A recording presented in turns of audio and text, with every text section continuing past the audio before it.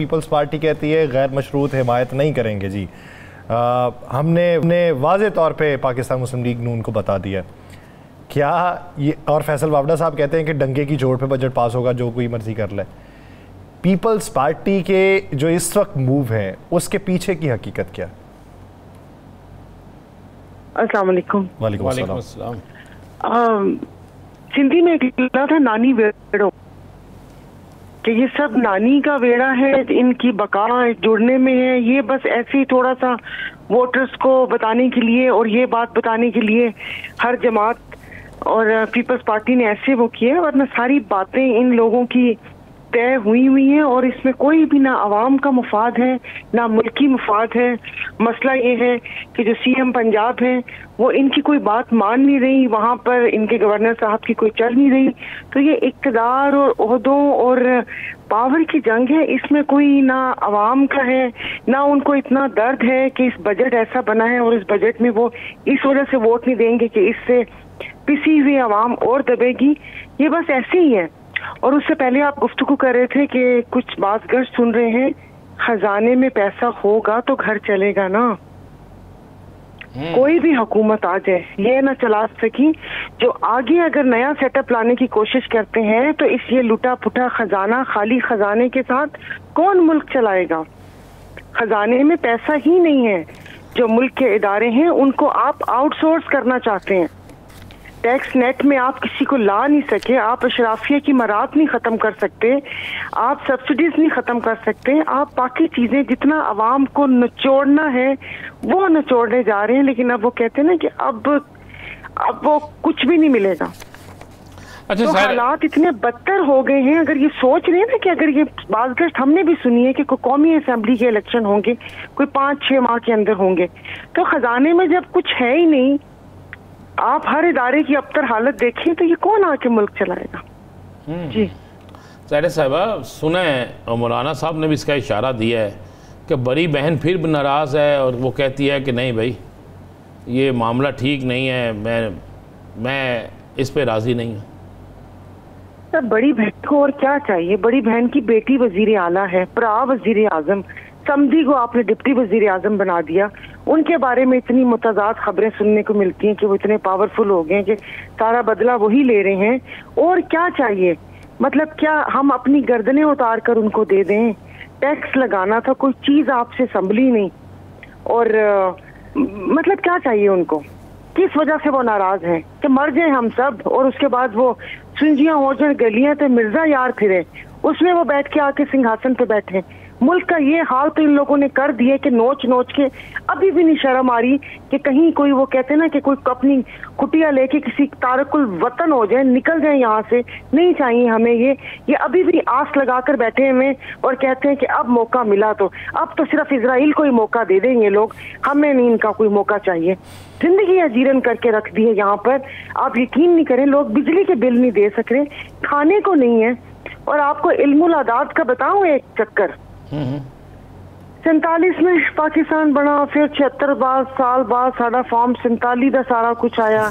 गर्मी भी 47 डिग्री तो घट नहीं जा रही और यहाँ सक्खर बेराज का दरवाजा नंबर 47 तबाह हो गया है और पानी पीछे से बंद करवाया गया है। पंजाब वालों की मौजें हो गई हैं और यहाँ पर हमारी फसलें, गंदुम में इन्होंने हमें मार दिया है। और जो कपास जो है वो कपास भी नहीं उगा सकते कि पानी बंद किया कि सक्खर बेराज का डोर नंबर 47 बिल्कुल तबाह हो गया है। अब वो जब तक बेराज बंद करेंगे वो बंद कर आएगा, फिर हमें पानी मिलेगा। मैं 47 वैसे तो 47 वाले तो बड़ी मौज पे थे, ये पहले ही आपके मुंह से सुना है कि 47 वाले तबाह हो गए। 47 ही गायब कर दिया वाले बोझ में ना, इस 47 की वजह से मुल्क की ये जो सियासी अदम इस्तेकाम, माशी अदम इस्तेकाम, एक नहूसत से छाई हुई है। आप यकीन नहीं करें, मतलब मैं आपको कैसे बताऊं कि वो तो माशी तौर पे तो लोग परेशान हैं, जिंदगियों से वैसे भी खुशियां चली गई, किसी को समझ नहीं आती। हम लोग तो आपस में बैठ के एक दूसरे से पूछते हैं कि चारों तरफ इतनी नहूसत क्यों छाई हुई है कि कोई ना खुशी लगती है, ना कोई हंसी, ना वो हंसी दिल की हंसी होती है, किसी चीज में कुछ भी नहीं रह गया।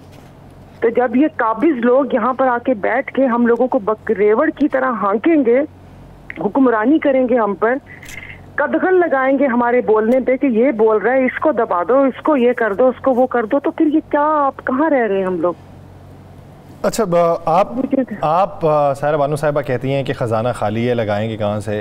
तो फिर सवाल ये पैदा होता है, ये पंजाब में पैसा किधर से लग रहा है? मरीम नवाज साहिबा लाहौर को खूबसूरत बनाने का प्लान कर रही हैं, एक बल्कि अर्के गुलाब से सड़कें धोई हैं, फ़िनाइल और अर्के गुलाब से गलियों को मुअत्तर किया। ये ईद पे खुद कहा है हमारी वज़ीर इत्तलात हज़बा बुखारी साहिबा ने, उन्होंने कहा सफाई के बाद अर्के गुलाब छिड़का है और उसके बाद गुलाब से अपने दिल धो लें, सब कुछ सही हो जाएगा। मैं ये बता रहा हूँ कि 140 अरब 29 करोड़ रीवैम्पिंग के नाम पे बजट की तजवीज़ है, तो वो पैसा किधर से आ रहा है?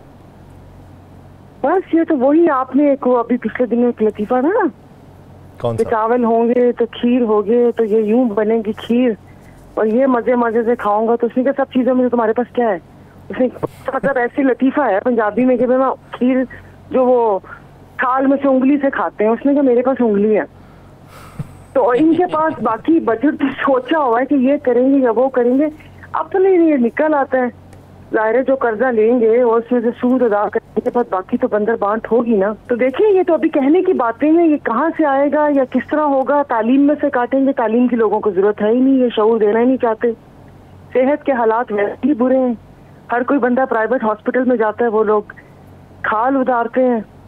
और क्या कह सकती हूँ राना साहब, दिल दुखा हुआ है, कुछ और ऐसे कुछ बोल दूंगी। नहीं, आप ऐसे ना बोलिएगा। आजकल तो बड़ी हद तक इज़्ज़त, अभी तो मैंने उस पर स्टे लिया हुआ है और अभी तो चल रहा है वो स्टे, जब बारी आएगी उस वक्त देखेंगे क्या होगा, लेकिन उस वक्त तक आप बोल सकती हैं जो बोलना चाहें, लेकिन वही जो ज़रा कोई सुनना, कोई जो सुनना चाहे। इन सबकी इज्जत है तो हमारी इज्जत नहीं है, मतलब आम इंसान से जीने का हक लिया तो वो पता नहीं जानवरों से बदतर जिंदगी गुजारने पर मजबूर है आधी आबादी। हमारी कोई इज्जत नहीं है। इज्जत इदारों की तो जिम्मेदारियां होती हैं, इज्जत तो अवाम की होती है। इदारों ने बीच में कहां से अपनी इज्जत लेकर आ गए? उनकी जिम्मेदारियां, आप अपनी जिम्मेदारियां पूरी करें, हम दिलो जान से आपकी इज्जत करेंगे। कुछ जबरदस्ती ना किसी से मोहब्बत करवा सकता है ना किसी से इज्जत करवा सकता है। ये तो दो चीजें ऐसी हैं जो जबरदस्ती का सौदा है ही नहीं। अच्छा ये तो बता दें कि ये चलें, ये तो हो गया, ये अब एक नई इशरतुल इबाद साहब भी तशरीफ़ ला रहे हैं, एक नई सियासी जमात भी बन रही है और दावे किए जा रहे हैं कि सियासी जमातें तो आपको पता उसी वक्त बनती हैं जब कोई हुकूमत जाने वाली हो और इंतखाबात होने वाले हों। तो अब पहले भी आपने हमें सबसे पहले खबर दी थी कि पीपल्स पार्टी तैयारी कर रही है किसी साल में इलेक्शन होंगे, तो अब आपको क्या नज़र आ रहा है कि इलेक्शन हो रहे हैं या फिर सारे इसी तरह इसी कीमत पर और इसी तनख्वाह पर काम करेंगे? इसी तनख्वाह पे काम करेंगे, इनके पास कोई ऑप्शन नहीं है। एमक्यूएम को कराची में लोग मुस्तरद कर चुके हैं। मुझे आज ये खातून एक्स एमए ने मुझे मिली थी, उनको तो बस वो भी बहुत सारी बातें बता रही थी। बाकी गवर्नर इशरतुल इबाद, मुझे तो गवर्नर तो वो थे मगर मुझे यही नहीं समझ आई कि उन पे जो इल्जामात थे वो कभी क्लियर हुए या नहीं हुए। अब बासी कड़ी में उबाल है कि आप गवर्नर इशरतुल इबाद तो फिर सीधा सीधा भाई को लेकर आ जाए तो ये एमक्यूएम सरवाइव भी कर जाएगी और सारे नाराज आ भी जाएंगे। अब इन गवर्नर इशरतुल इबाद या 2-3 लोगों से एमक्यूएम यहाँ पर सरवाइव नहीं करने वाली। और अब ये इतने तजर्बे ना करें। मैं बारहा कहती हूँ कि एक फिल्म का डायलॉग है ना कि जब पाल नहीं सकते तो पैदा क्यों करते हो। जब तो तुसी पाल नहीं सकते तो तानू किन्ने किया तुसी हर साल नवा तुसी बच्चा पैदा करो और उसके बाद आप खुद उसको मिटाने में लगे में हो कि बस इसको ये वो करना है और आवाम को भी ना समझ आए कि हमें यही नहीं पता कि किसके पीछे लगना है। आवाम ने किसके यही नहीं पता कि किसके पीछे लगना है और किसके पीछे। एक बात पूछना अगर इजाजत, प्रोग्राम का वक्त खत्म हुआ, जी छोटा सा सवाल, ये जो ज़ुबैर अहमद साहब ने बातें की हैं ये आपको हकीकत लग रही है? समझ नहीं आ रही। देखिए ना, एक तो मैंने हमेशा प्रॉब्लम रहता है लोगों के ज़मीरों से जो बाद में जागते हैं। खैर लगते हैं मुझे वो ज़मीर वो है जो टाइम पे जागे। अब इसमें भी कुछ समझ नहीं आ रही चल क्या रहा है, ये किसकी गेम है, कहाँ से। क्योंकि यहाँ पर मैंने तो कोई ऐसी वो कहते हैं ना कि स्पाइन वाला बंदा नहीं देखा कि जो खड़े स्टैंड ले सके। उसके पीछे कोई ना कोई कहानी होती है। देखते हैं इसके पीछे क्या कहानी है। जो एक खुलकर बोल रहे हैं, इतनी सारी बात रहे हैं। अब मुझे नहीं पता है कि केड़ी विटामिन की गोली खादी ना सब ने जो सब सच बोल रहे हैं। मुझे नहीं समझ आती राना साहब, क्योंकि हम ऐसे मुल्क में रहते हैं कि जहाँ पर चारों तरफ अफवाहें, और दुख की बात यह कि वो सारी अफवाहें सच्ची भी साबित होती हैं। तो मुझे नहीं किसी पे यकीन, अगर कोई ऐसे बोले तो मुझे नहीं यकीन आता, यकीन नहीं आता। और हैरत की बात यह है कि शायद सबने विटामिन की गोलियां खाई हुई हैं कि उनके